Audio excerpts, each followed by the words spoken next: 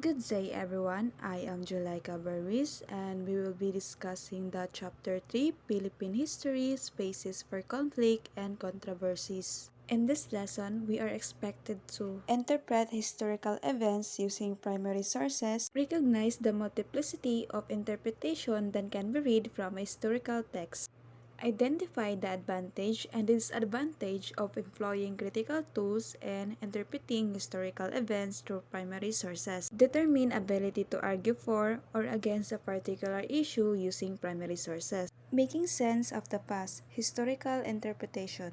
According to Geoffrey Baraclough, history attempts to discover, on the basis of fragmentary evidence, the significant things about the past. He also notes that the history we read, though based on facts, is strictly speaking not factual at all, but a series of accepted judgments. When we say historical interpretation, it involves analyzing and understanding the past events, people, and societies based on available evidence and sources. An important note nga ang historical interpretation is not always objective, meaning to say, pwede di siya ma-impluensyahan sa historian's perspective, biases, o guban pang sources na available ana at that time. Code of Kalantiaw.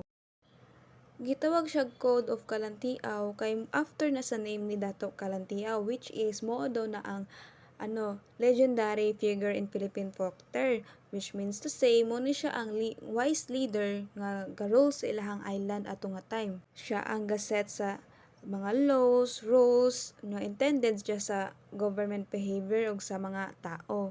In 1968, William Henry Scott defended his research on pre-Hispanic Philippine history, attribute the code to a 1913 historical fiction by Jose E. Marco and a priest named Jose Maria Pabon. While prominent Filipino historians remained skeptical, some still believe the code was legitimate. Ang mga historians gayutilize sila sa ilahang nakalap na facts information gikan sa source of history aron masabtan ug ma-interpret sa historian ang panghitabo ato nga historical event aron masabtan sa ilahang audience unsay tinuod nga nahitabo jud ato na time. So mao na ang ginatawag nato nga make sense of the past.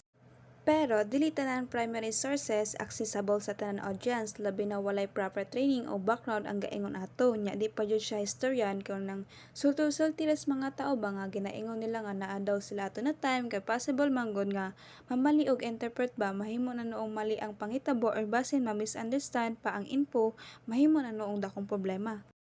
Historical interpretations vary based on source, time, and method. Students must recognize and critically evaluate these interpretations as they change over time, enhancing their understanding of the past. So, kita as a student, importante jud kaayo nga makabulot ta mo recognize ug mo evaluate sa mga resources na atong nabasahan kay para sa masabtan nato ang past ato ang country kay kaning mga historical data is ma-change manggod over time.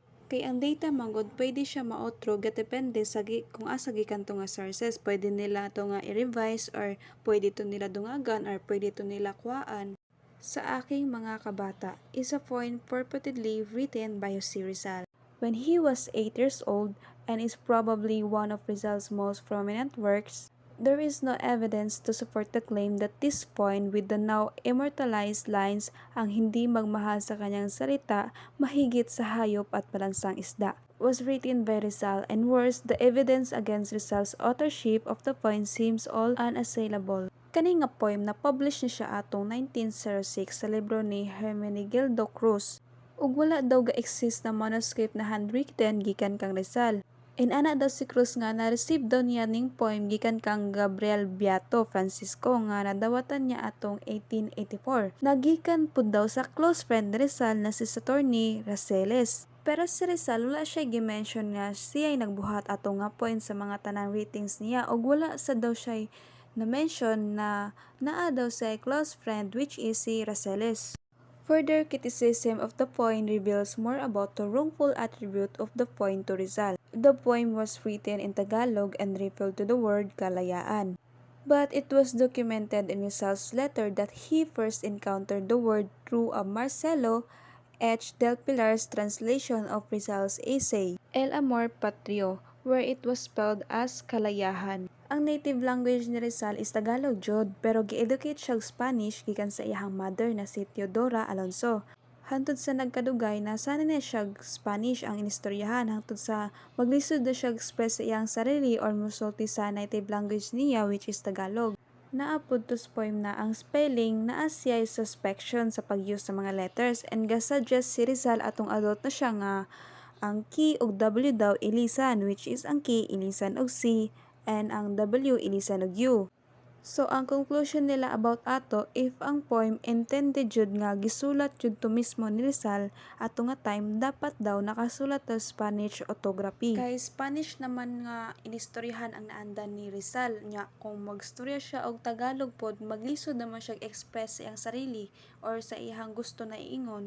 Multi-perspectivity. With possibilities of interpreting the past, another important concept that we must note is multi-perspective. This can be defined as a way of looking at the historical events, personalities, developments, cultures, and societies from different perspectives. This means that there is a multitude of ways by which we can view the world, and each could be equally valid and at the same time equally partial as well. Historical writing is, by definition, biased, partial, and contains preconceptions. The historian decides on what sources to use, what interpretation to make more apparent, depending on what his end is. Historian may misinterpret evidence attending to those that suggest that certain event happened, and then ignore the rest that goes against his evidence. When we say multi-perspective, mao ni ang understanding nato sa historical events or mga viewpoints nato or perspective. Gina-recognize nato nga kada tao na ay mga lahi-lahing experience, interpretation ato nga event or sa kato nga history. Kaning multi-perspective gina-encourage pud ta nga i-consider nato ang nagkalain-lain nga idea, experiences ug pagtuo og kaning mga interest sa mga tao nga involved ana nga historical events.